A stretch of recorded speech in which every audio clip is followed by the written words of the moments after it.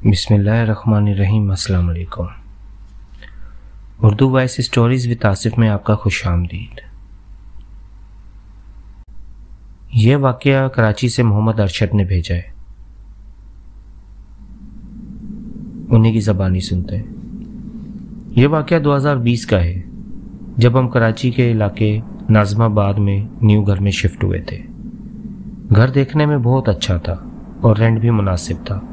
Shift हुए 4-5 दिन गुजर गए, सब कुछ नॉर्मल चल रहा था। हमारी फैमिली में टोटल 4 लोग हैं, अम्मी, अब्बू और हम दोनों भाई। अब्बू जॉब पर चले जाते, मैं और भाई भी अपनी अपनी जॉब पर चले जाते थे। ये घर 1 मंजिला बना हुआ था। ग्राउंड फ्लोर हमने रेंट पर ले रखा था और ऊपर वाला हिस्सा अभी तक खाली था। खैर, वाक़े की तरफ आते हैं। शिफ्टिंग के 1 हफ्ते बाद तकरीबन रात के 2 बजे का टाइम था।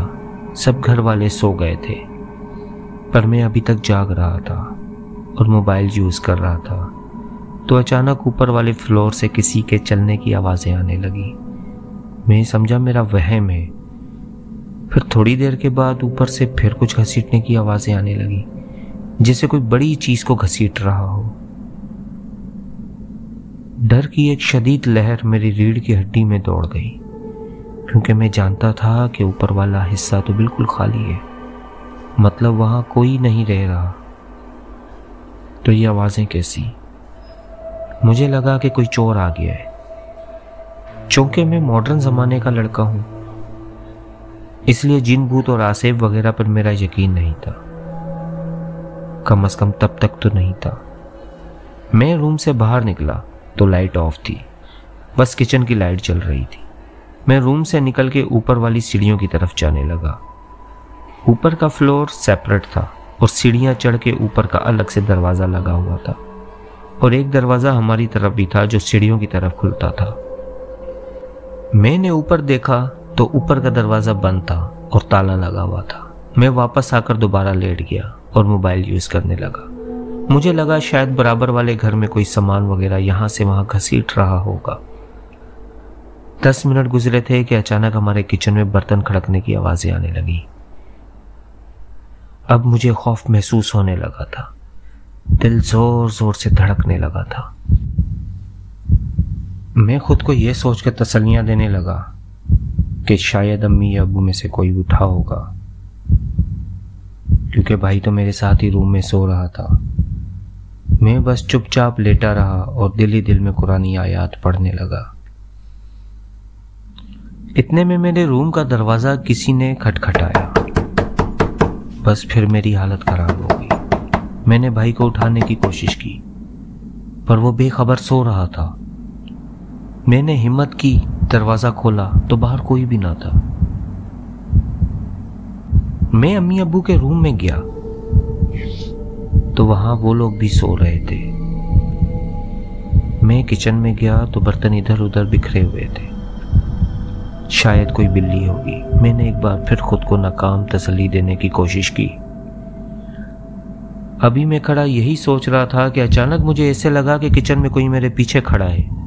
उसकी गर्म सांसें मैंने अपनी गर्दन के पिछले हिस्से पर महसूस की थी। मैं फौरन मुड़ा, पर वहां कोई न था। खौफ का वो आलम था कि जैसे मैं अभी बेहोश हो जाऊंगा। मैं वापस अपने रूम को भागा। रूम में आकर बिस्तर पर लेट गया और आंखें बंद कर ली।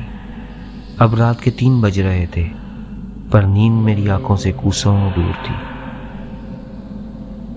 और आती भी कैसे? जिंदगी में पहली बार मुझे जिन, भूत और चुड़ैलों का वजूद सच्चा लग रहा था। अभी मेरी हालत ठीक भी नहीं हुई थी कि फिर से रूम का दरवाजा कोई खटखटाता है।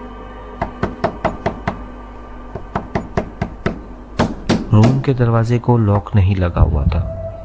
कोई भी हैंडल घुमाकर अंदर आ सकता था, और यही सोचकर मेरी हिम्मत जवाब दे गई कि अगर घर वालों में से कोई होता तो दरवाजा ना खटखटाता, बल्कि डायरेक्ट अंदर आ जाता। मुझ में उठ के दरवाजा खोलने की हिम्मत नहीं हो रही थी।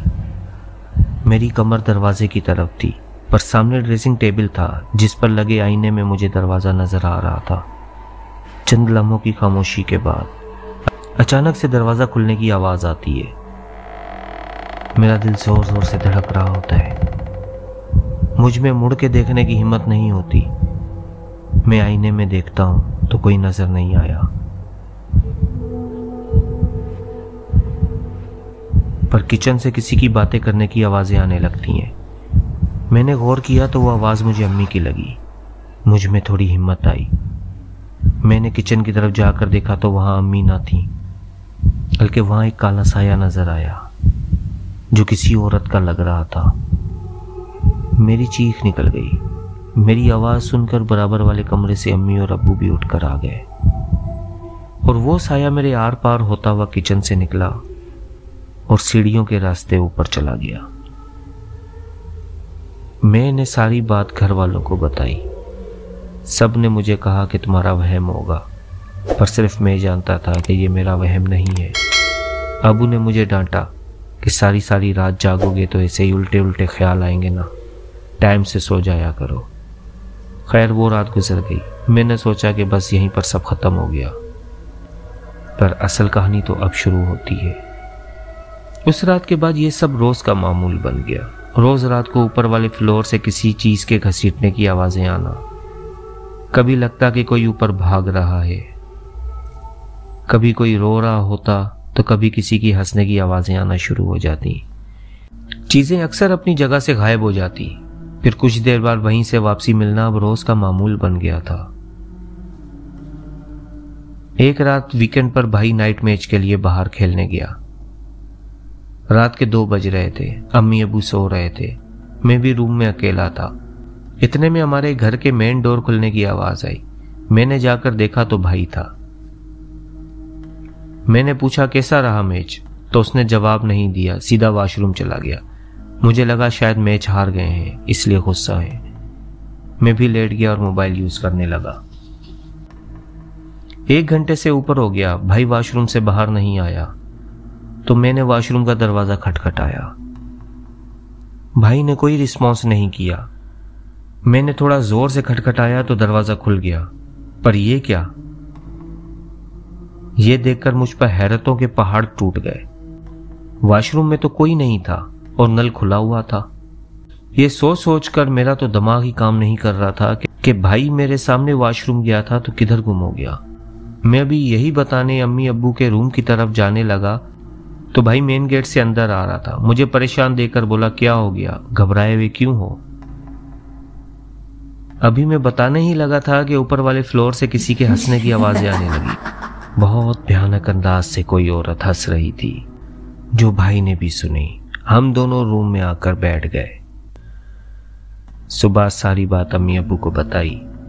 फिर अम्मी ने भी बताया कि दिन में जब मैं अकेली होती हूँ तो मुझे भी ऐसा ही काफी बार महसूस हुआ कि कोई मुझे आवाज देता है। हमने अगले दिन ही वो घर चेंज कर लिया। फिर न्यू घर में ऐसा कुछ नहीं हुआ और हम सुकून से रहने लगे। दोस्तों, कैसी लगी आज की स्टोरी? अगर आज की स्टोरी पसंद आई है तो वीडियो को लाइक कीजिएगा, दोस्तों में शेयर कीजिएगा और चैनल को सब्सक्राइब कीजिएगा। बहुत जल्द मिलेंगे इंशाल्लाह एक और नई अच्छी स्टोरी के साथ। तब तक के लिए इजाजत दीजिए। अल्लाह हाफिज।